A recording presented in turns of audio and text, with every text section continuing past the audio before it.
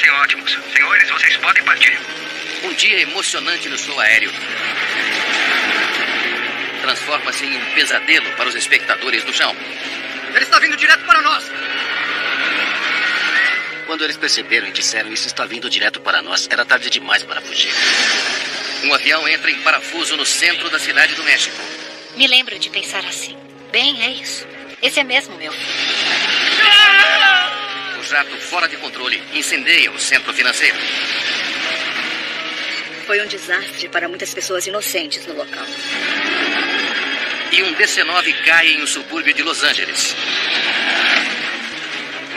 destruindo um bairro residencial. Quando você tem um avião que cai, machuca ou mata alguém no chão que está inocentemente lá, há um nível elevado de preocupação. 3 voos que deram errado trazem terror do céu.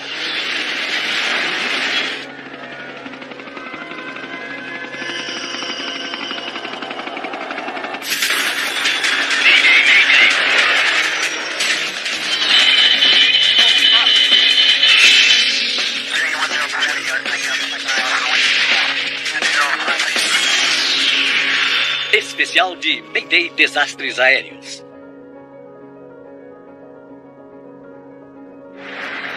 Tragédias no ar. Reno, em Nevada, está organizando uma competição de alto risco, conhecida como National Championship Air Races. As corridas aéreas de Reno têm um objetivo e um objetivo apenas, e a velocidade total. 100 mil espectadores convergem ao local para ver de tudo, desde biplanos a jatos, percorrendo um trajeto oval de 13 quilômetros. O destaque do evento é a classe ilimitada. É ilimitada porque não há limites sobre como caças da Segunda Guerra Mundial podem ser customizados. Muitos dos aviões foram altamente modificados só para fazê-los ir mais rápido.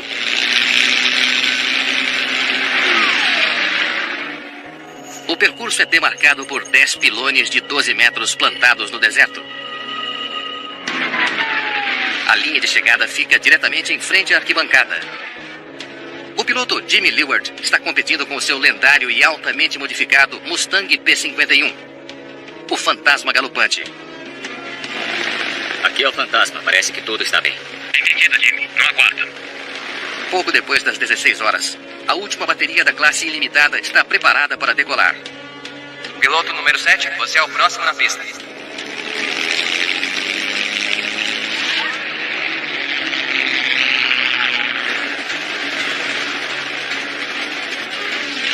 Com os 6 aviões no ar, os pilotos se alinham ao lado de um avião líder. Os pilotos seguem esse avião em direção à linha de largada. Senhores, vocês parecem ótimos. Senhores, vocês podem partir.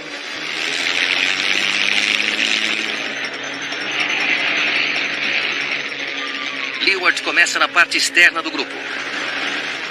Você está voando a 30 metros acima do solo e está acelerando. E, ao mesmo tempo, você deve evitar os outros aviões. Você não deve atingir o chão, obviamente. Você não deve atingir os pilones. Então, requer concentração. Muita concentração. Olha só, os espectadores aplaudem o fantasma galopante, enquanto ele passa pelo pilone 6, perto do final da terceira volta. Parece que o fantasma vai ultrapassar os outros. Jimmy Leward está agora em terceiro lugar, e atrás do Voodoo, outro P-51.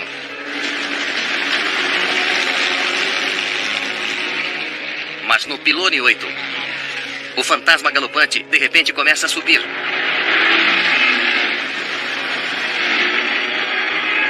E então desce em parafuso e mergulha em direção a milhares de espectadores. O avião estava vindo direto para mim. A última coisa que eu vi foi a luz do sol refletindo na carenagem do cubo cromado. Ele está vindo direto para nós.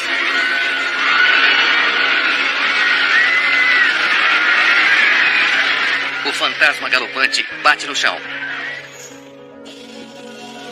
É o pior desastre da história das corridas aéreas de Reno. 64 espectadores estão feridos. 11 pessoas estão mortas, incluindo o piloto Jimmy Leward. Eu soube na hora que o Jimmy tinha morrido. Eu sabia que não havia como ele sobreviver a uma coisa assim. Ele tinha sido um amigo muito querido e eu chorei. Os investigadores da NTSB, a Agência Nacional de Segurança dos Transportes, que já estavam no evento promovendo a segurança aérea, chegam ao local da queda em minutos. Eu sou Clint Cruikshanks. Olá, tudo bem? Este é Howard Plakins da Olá, NTSB. tudo bem com o senhor? Como vai? Nós fomos autorizados a assumir esta Sim, é investigação. claro. Podem assumir. Eles foram testemunhas do acidente. Por aqui. As peças estão todas... Ver o acidente acontecer foi bem singular. Nós vimos o avião subir, fazer o rolamento, atingir a multidão. E nós três, trabalhando lá, ficamos atordoados. Geralmente leva dias para se iniciar uma investigação. Porém, hoje investigadores iniciam o trabalho em minutos. Nada pode ser tocado até tirarmos fotografias. Nada se move, está bem? O avião atingiu o solo a mais de 800 km por hora, e então não restou muita coisa. Mas a maior parte do avião, especialmente a parte dianteira do avião, estava em pedaços pequenos. Os investigadores dividem o terreno em uma grade, enquanto procuram evidências para explicar a súbita perda de controle do avião.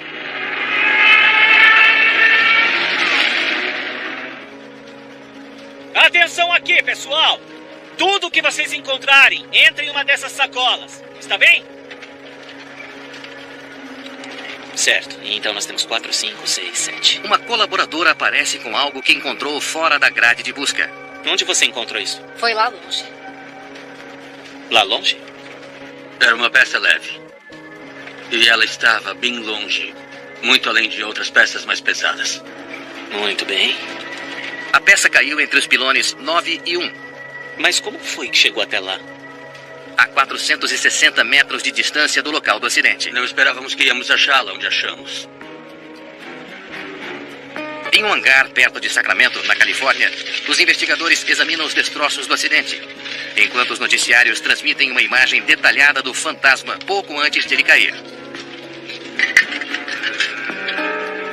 A imagem mostra o compensador esquerdo da cauda destacando-se do avião. Onde você encontrou isso? É a mesma peça encontrada longe do local do acidente. Os compensadores são essenciais para controlar um avião. Enquanto os profundores de cauda direcionam uma aeronave para subir ou descer, os compensadores mantêm o profundor no lugar sem a necessidade de ajustes constantes. Se os compensadores falham, a aeronave pode ficar fora de controle. Por que você quebrou?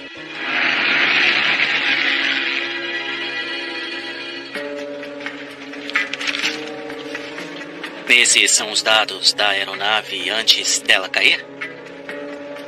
Os investigadores examinam o sistema de telemetria do fantasma galopante, que é usado no lugar de uma caixa preta convencional.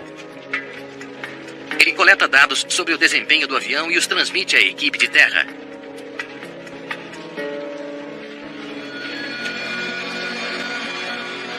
Velocidade e RPM parecem bons. A pressão do óleo parece ideal. Quase todos os dados mostram o avião funcionando exatamente como deveria. Mas algo se destaca. Uau! Olha só a força G. O nível G se refere à força gravitacional que experimentamos aqui na Terra. E todos nós sentados no chão aqui estamos vendo 1G. Nas corridas, nós chegávamos a 6G. Mas o Jimmy experimentou mais do que isso. Ele estourou o limite. Através de evidências em vídeo, nós podemos determinar que o aumento vertiginoso estava na casa dos 17G. 17G é mais do que 5 vezes o que os astronautas experimentam na decolagem. Eu estaria inconsciente. Alguém com 30 anos teria ficado inconsciente. Pilotos de caça ficariam inconscientes no nível de força G que aquele avião experimentou. É muito provável que as forças G tenham incapacitado o piloto em alguns segundos e, assim, o avião ficou sem controle ao atingir o solo. Não havia como o piloto desviar da multidão. O aumento na força G levanta questões. O compensador esquerdo caiu, lançando a aeronave violentamente para cima? Ou a violenta força G da subida destruiu o avião em pleno ar? Esse avião voou na Segunda Guerra Mundial. Tem quase 70 anos. E ele foi altamente modificado para ter velocidade. Os investigadores tentam descobrir por que um Mustang P-51 modificado colidiu com uma multidão de pessoas.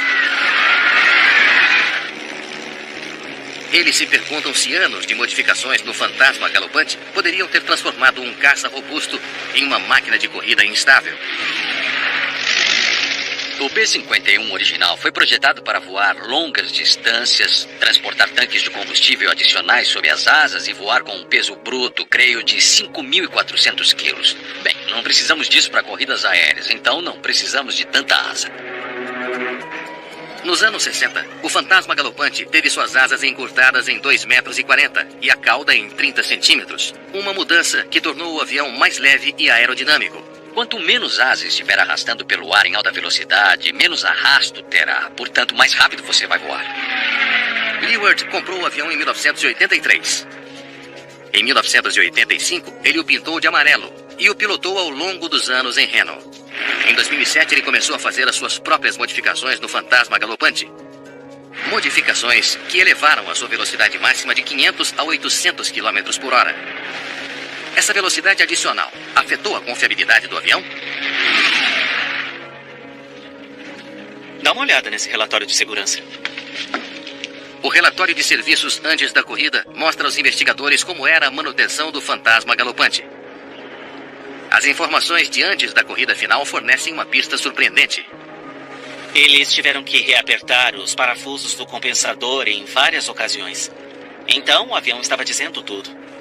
Eles nunca investigaram o motivo dos parafusos se soltarem. A pergunta agora é: o compensador esquerdo teve um defeito que não foi percebido?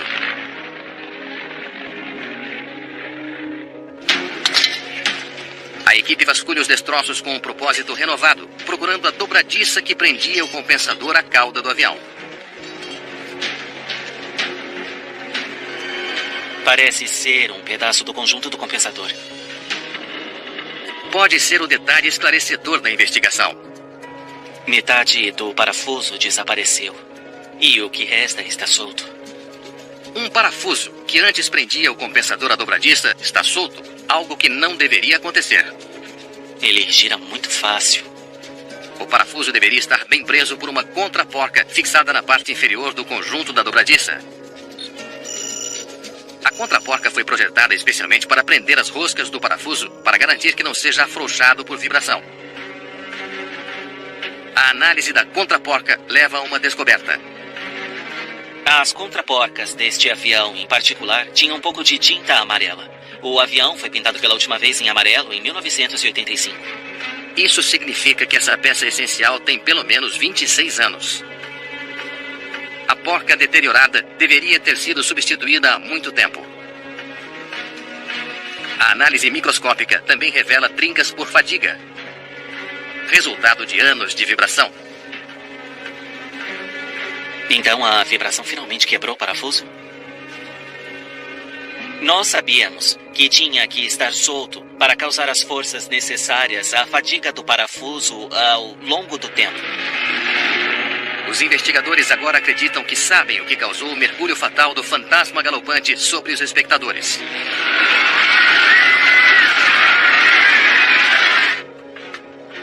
Peças envelhecidas, um compensador frouxamente preso e forças aerodinâmicas extremas provaram ser uma combinação fatal. 11 meses após a queda do fantasma galopante nas corridas aéreas de Reno. Vamos lá, fantasma! A NTSB anuncia a provável causa do acidente. Viajando a 824 km por hora, 60 metros acima do deserto de Nevada, uma contraporca solta de 26 anos faz com que um parafuso enfraquecido no compensador esquerdo do P-51 se rompa, fazendo o avião subir violentamente. A força G extrema incapacita instantaneamente o piloto Jimmy Leeward. Eu tenho certeza que o Jimmy nunca imaginou que isso pudesse acontecer um dia.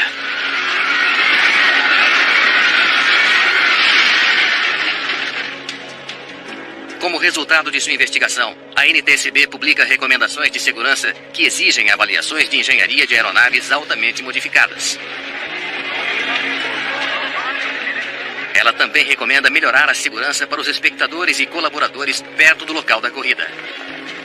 Estamos falando de uma área que é consistentemente perigosa. Isso é pegar aviões antigos, modificá-los e depois voar nas proximidades de muitas pessoas. E isso é impor um risco enorme e muitos civis não sabem disso. Mas às vezes, a ameaça de cima não vem dos aviões, mas dos pilotos que os conduzem. A capital do México, Cidade do México, é uma metrópole de 20 milhões de pessoas. Milhares de metros acima dela, um Learjet 45 é um dos vários jatos alinhados para pousar no movimentado aeroporto internacional da cidade. Victor Mike Charlie, contato por radar. Desça para 200. 200, Mike Charlie. Álvaro Sanches e Martim Oliva estão nos controles. Ambos são comandantes, mas hoje é Oliva quem está pilotando o avião. O governo mexicano fretou o Learjet para transportar o ministro do Interior e a sua comitiva para a Cidade do México. Juan Camilo Mourinho tem apenas 37 anos e já é uma estrela em ascensão no cenário político mexicano. Qualquer um que se torne secretário do Interior se tornou uma figura muito importante na política mexicana. Ele era considerado um amigo pessoal do presidente Felipe Calderón. Victor Mike Charlie, desça a 460 metros. Altímetro 3024. 460 e 3024, Mike Charlie. À medida que o Learjet se aproxima dos arredores da Cidade do México, os pilotos se preparam para pousar. Luzes de pouso. Sim. Confere. Eles ficam de olho na aeronave que voa à frente deles. Olhe. Estão todos alinhados na nossa frente. Bem a tempo da hora do rush.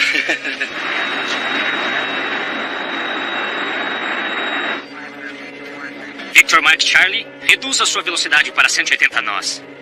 Reduzindo para 180, Mike Charlie. O controlador de tráfego aéreo pede à tripulação do Learjet que diminua a velocidade para manter a distância do avião à frente. É um aeroporto internacional movimentado. É o principal aeroporto da Cidade do México, que é uma cidade enorme. Então, as aeronaves estão chegando rapidamente. A torre está dizendo para tomar tal rumo, manter a velocidade, diminuir a velocidade. Ali, velocidade estabilizada. Ok. Essa é uma das etapas mais movimentadas e críticas de qualquer voo. Baixar flaps. Sanches estende os flaps para que ele possa manter a sustentação e reduzir ainda mais a velocidade. Eles estão a cerca de 9 quilômetros do aeroporto, bem no coração do centro da Cidade do México.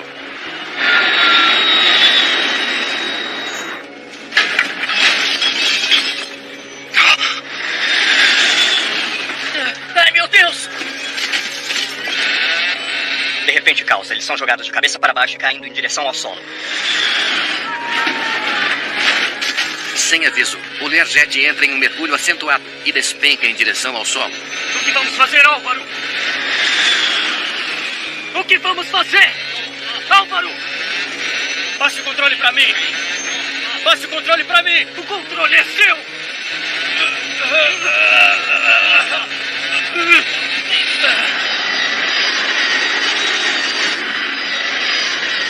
De repente, eu vi o avião voando muito baixo. Eu tive tempo de me virar e comecei a correr dele. Álvaro!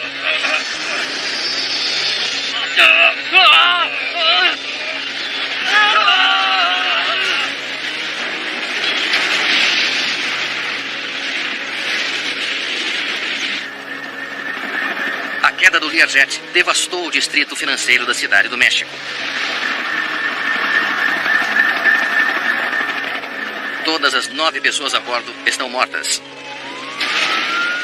7 pessoas no local também estão mortas e outras dezenas estão feridas.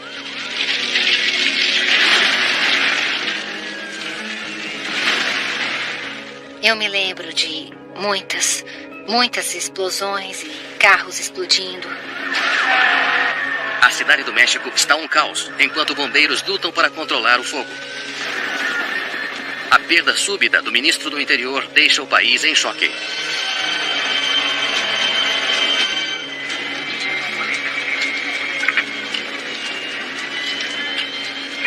Após a tragédia, o México pede ajuda à NTSB, a Agência Nacional dos Transportes dos Estados Unidos. Assim que soubemos que havia o que chamamos de equivalente ao vice-presidente mexicano a bordo, eu sabia que seria uma investigação muito política e que também exigiria muita política, muitas habilidades interpessoais, mais do que apenas o lado técnico das coisas. Joe Sedor, NTSB. Em meio à confusão da queda, o primeiro trabalho dos investigadores é identificar os destroços da aeronave. Se vocês tiverem certeza absoluta de que é do avião, ele vai pra lá. Está bem? Todo o resto eu quero aqui. Esse avião colidiu com o trânsito da hora do rush no meio de uma das maiores e mais movimentadas cidades do mundo. Há destroços em todo lugar. Há detritos. É um carro? É um avião? Bom, esse é o nariz. Todo o avião está aqui. Uma busca intensiva encontra o gravador de voz da cabine e o gravador de dados de voo. Eles são enviados para a capital americana, Washington, onde especialistas da NTSB tentarão recuperar os dados. Enquanto isso, a posição dos destroços fornece uma pista vital sobre a direção em que o avião estava voando, pouco antes de cair. Parece que o avião estava indo para o oeste quando atingiram o chão, voando na direção errada. Sabíamos que ele estava vindo para a cidade do México, e a primeira coisa que notamos foi que a aeronave, quando atingiu o solo, estava se afastando do aeroporto. Álvaro! Os investigadores devem responder a uma pergunta óbvia. Por que o Learjet estava voando na direção errada?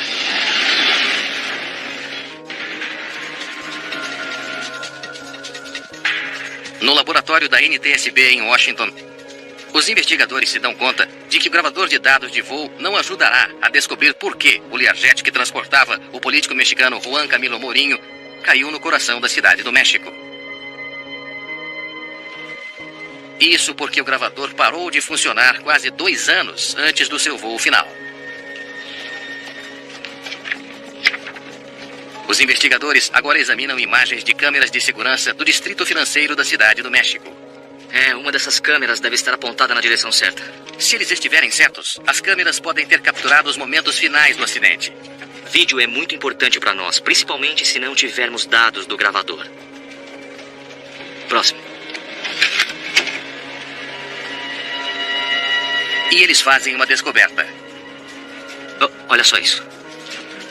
Você vê apenas o rastro da aeronave caindo. E nós pensamos, opa, temos alguma coisa aqui. O vídeo revela que o avião entrou em um mergulho extremamente acentuado e depois inverteu o curso em pleno ar. Passa o controle para mim! Mas não está claro o que exatamente fez o avião mudar de direção assim. Nós sabíamos que ele estava vindo nessa direção e aí, de repente, nós vimos que ele estava indo nessa direção. Como é que o avião chega lá? Um avião não pode automaticamente virar no meio do voo e descer. Então, nós tivemos que determinar o que realmente teria que acontecer para conseguir colocar o avião naquela posição. Bom, eu acho que já esperamos o suficiente. Vamos ouvir. Os investigadores finalmente têm a chance de ouvir o gravador de voz da cabine de comando. Baixar flaps. Eles ouvem os pilotos descerem em direção à pista. Olhe. Estão alinhados na nossa frente. Não há nada em comum. Até que... Turbulência daquela coisa! Ai, meu Deus! Uma das coisas interessantes que ouvimos foi que a tripulação mencionou turbulência. Mas que droga! Álvaro! Certo, parece que é aí que o problema começa. Onde estamos? 14 segundos antes de atingir o chão. Parece que o Learjet atingiu uma região de ar muito instável. Ai, meu Deus! Não! Álvaro! Ai, meu Deus! Tivemos um voo normal chegando e depois tivemos uma perda de controle relativamente rápida. O que você acha? Esteira de turbulência? É uma possibilidade intrigante. A esteira de turbulência se forma quando o ar de baixa pressão acima da asa puxa o ar de alta pressão para cima, criando um vórtice em turbilhão, como um pequeno tornado horizontal que segue atrás da aeronave. Quando um avião menor voa para dentro dessas colunas de ar rotativas a baixa altitude, ele pode sair do controle e cair no chão em segundos. Os investigadores descobrem que durante a aproximação, o controlador colocou o Learjet atrás de uma aeronave muito maior. Um Boeing 767 estava fazendo a sua aproximação diretamente à frente do Learjet 45. Bem a tempo da hora do rush.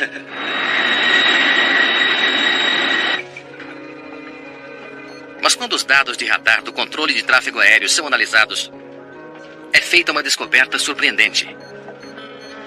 A separação não é ideal, mas não deveria ter sido um problema. Para descartar todas as possibilidades de esteira de turbulência, os investigadores verificam as condições do voo e descobrem um detalhe crítico. Na noite do acidente, os vórtices do 767 teriam permanecido perigosamente mais tempo do que o habitual.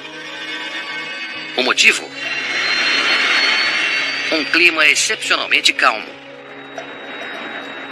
Em condições de calmaria, não há vento para transformar a turbulência em inofensivas correntes de ar. Tínhamos um avião pesado na frente e um avião leve atrás. Todas as circunstâncias se uniram para que o Lear 45 tivesse um encontro com a turbulência do 767. A tripulação podia ver o 767 à frente deles. Então, ele está a 8 quilômetros de nós. Mas eles pensaram erroneamente que estavam viajando a uma distância segura. Como uma marreta vinda de cima, a esteira de turbulência bateu no avião menor, virando-o. E essa força é poderosa, mas você não sabe o que está prestes a atingi-la até já estar nela. Eles voaram para dentro do vórtice mortal. Álvaro! Isso explica a mudança de direção no ar. A aeronave girou numa espécie de tonô. E aí, quando estava virando, eles estavam tentando sair dele. Se eles tivessem talvez mais uns 300 ou até 600 metros, eles poderiam ter recuperado a aeronave. Não, Álvaro!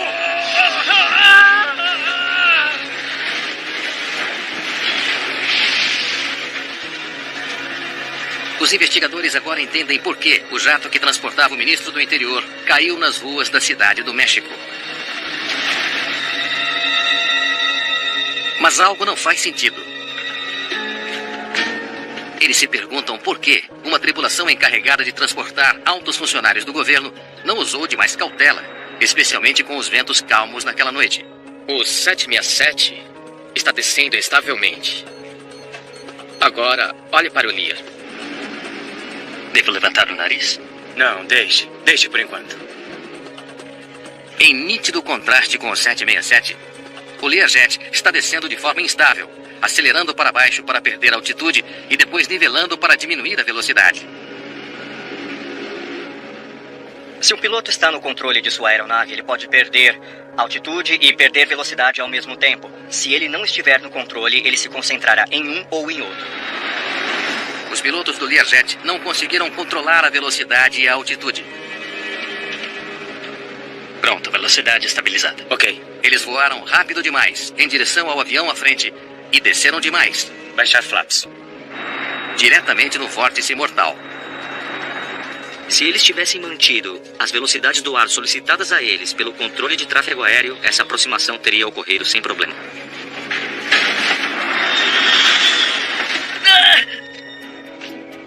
Os investigadores vasculham os registros de trabalho dos dois pilotos do Learjet para entender por que a sua aproximação foi tão errática.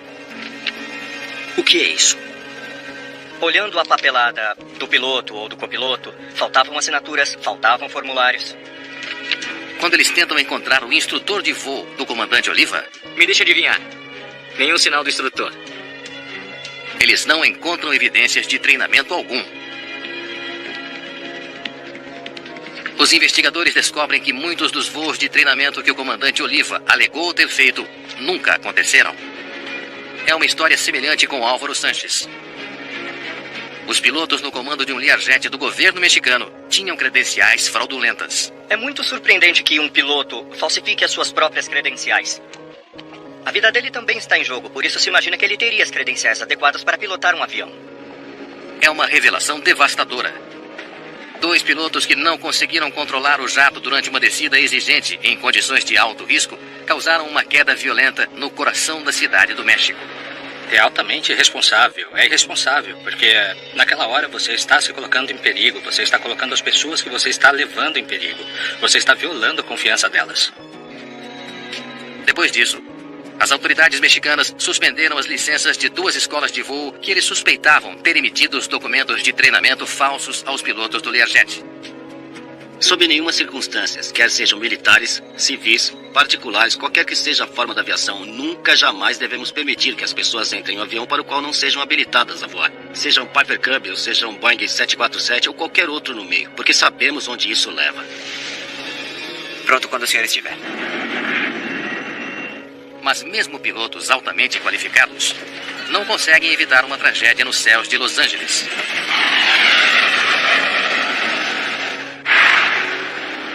A leste de Los Angeles, a cidade suburbana de Cerritos está acordando. É uma comunidade movimentada e em rápido crescimento no condado de Los Angeles. A trajetória de voo do Aeroméxico 498 passa sobre Cerritos, a caminho do Aeroporto Internacional de Los Angeles. O copiloto José Valencia está pilotando essa perna da jornada. Pronto quando o senhor estiver. O comandante Antônio Valdez Prom é quem está navegando.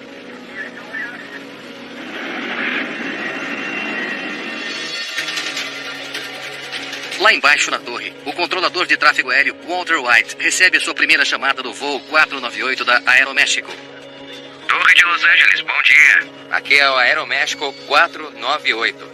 Aeroméxico 498, Torre de Los Angeles, 2 e 5 à esquerda. É o curso de aproximação final. O senhor tem as informações do uniforme? Torre de Los Angeles, bom dia. Aqui é o Aeroméxico. O voo 498 agora está oficialmente dentro da chamada Área de Controle Terminal, ou TCA. É um espaço aéreo restrito que normalmente é encontrado em torno de aeroportos congestionados ou aeroportos centrais, onde a densidade do tráfego é extremamente alta e você tem que controlar o acesso do que entra e sai desse espaço. Qual a velocidade que você quer? Estamos reduzindo para 290. Não. Para 190. Está bem, pode manter essa posição, senhor. Enquanto o voo 498 sobrevoa Cerritos, Cintos de segurança, velocidade do ar. o DC-9 é abalado por um choque violento. Aeroméxico 498? Mas não pode ser. Em solo, os moradores de Cerritos assistem horrorizados à queda do DC-9 em um bairro tranquilo.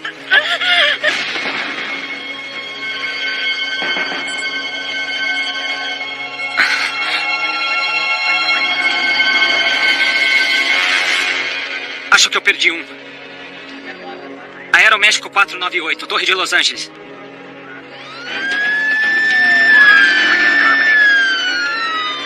Equipes de socorro chegam ao local em questão de minutos. Quando nos aproximamos, percebi que, além dos pedaços de aeronave na rua, havia pessoas.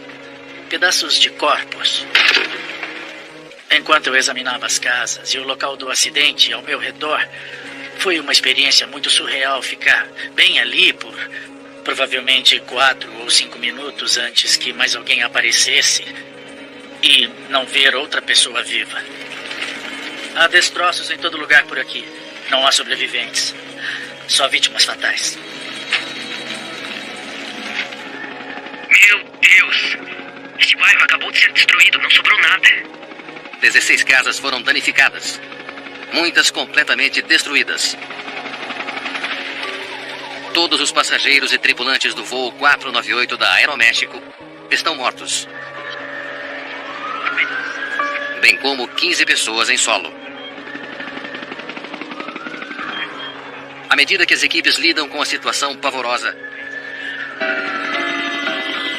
socorristas em uma parte diferente de Cerritos ficam chocados com outra descoberta terrível. No playground de uma escola local, eles encontram os destroços de um Piper Cherokee Archer e os corpos de seus 3 passageiros. As 2 quedas devem estar ligadas. Mas como?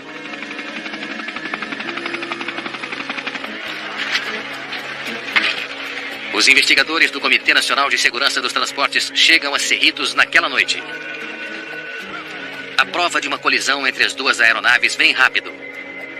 Existem marcas de hélice e tinta do Piper Cherokee na cauda do DC-9.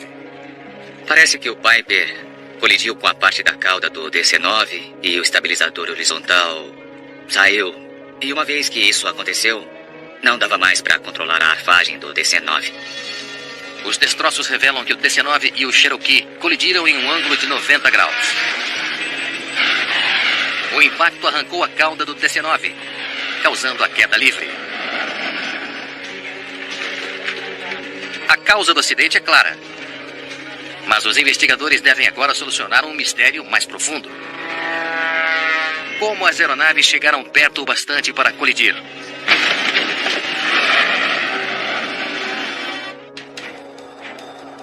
Após o acidente da Aeroméxico em Cerritos, na Califórnia, os investigadores recorrem ao gravador de dados de voo do DC-9 para descobrir por que ele foi atingido por um Piper Cherokee. Eles descobrem que o voo da Aeroméxico estava exatamente onde deveria estar. Pronto quando o senhor estiver. Dentro da área de controle terminal. Mas ninguém deu autorização ao Cherokee para voar para a TCA. O fato é que o Cherokee voou para a TCA e atingiu o DC-9 em espaço aéreo restrito, sem autorização. Como o Cherokee foi parar na TCA? Walter White, o controlador de tráfego aéreo de plantão, deveria ter sido capaz de vê-lo em seu radar. Richard Wentworth foi um dos investigadores que entrevistaram o controlador. Em algum momento, você viu o Piper Cherokee na sua tela? Não. Não, senhor. O ícone do Piper não foi exibido. Enquanto os dados do radar são analisados, os investigadores descobrem que o piloto do Cherokee, William Kramer, como a maioria dos pilotos particulares, navegava por pontos de referência, como estradas.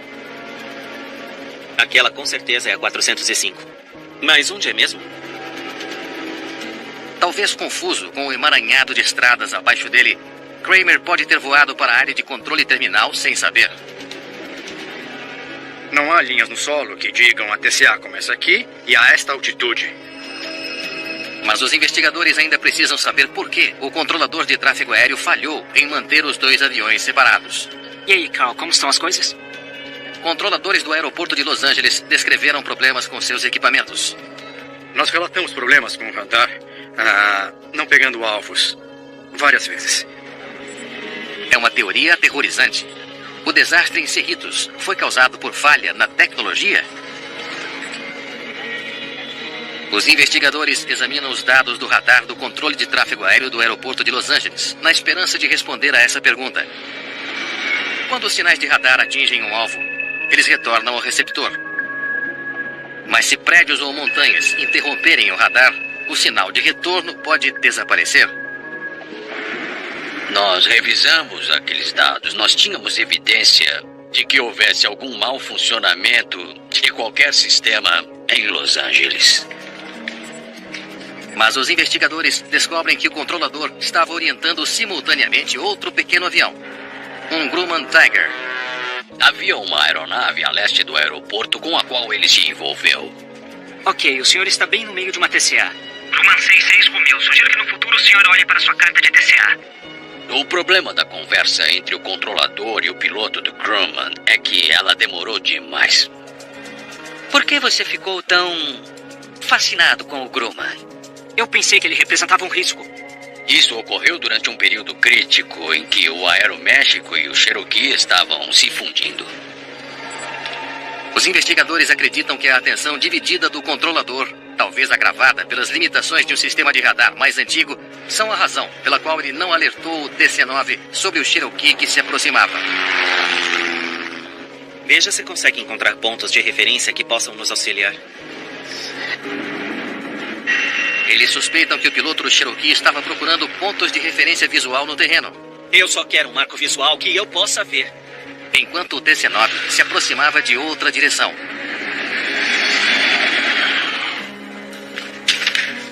Além disso, os investigadores da NTSB também acreditam que a tripulação ocupada do DC-9 pode ter deixado de localizar o Cherokee por causa de seu pequeno porte. possível que durante parte da aproximação a aeronave tenha ficado atrás da parte central dele, ao menos que o piloto movesse a cabeça para lá e para cá, para ver o espaço aéreo. É possível que a aeronave tenha ficado obscurecida.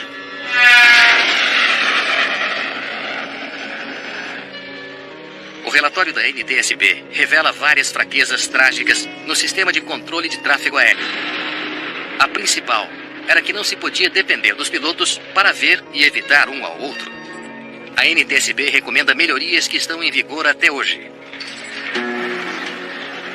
A FAA, a Administração Federal de Aviação que regulamenta o setor de aviação dos Estados Unidos, reage rapidamente. Um novo sistema para instalações de radar, chamado Modo C Intruder, foi projetado para auxiliar os controladores de tráfego aéreo. Se uma aeronave inadvertidamente se intrometer, o controlador receberá agora um alerta visual e auditivo, assim dando a ele tempo para fornecer um aviso oportuno ao piloto. Além disso, também é desenvolvido um sistema de alerta prévio para os pilotos chamado Sistema de Alerta de Tráfego e Prevenção de Colisões, ou TCAS. O TCAS alerta os pilotos quase um minuto antes de uma colisão em potencial, instruindo-os a subir ou descer para evitar a aeronave que se aproxima. Em um ano, os radares antigos no aeroporto de Los Angeles foram substituídos. Sempre que um avião cai do céu e atinge uma comunidade civil, isso é duplamente assustador. Uma coisa é reagir a um acidente. Outra coisa é quando o acidente acaba de trazer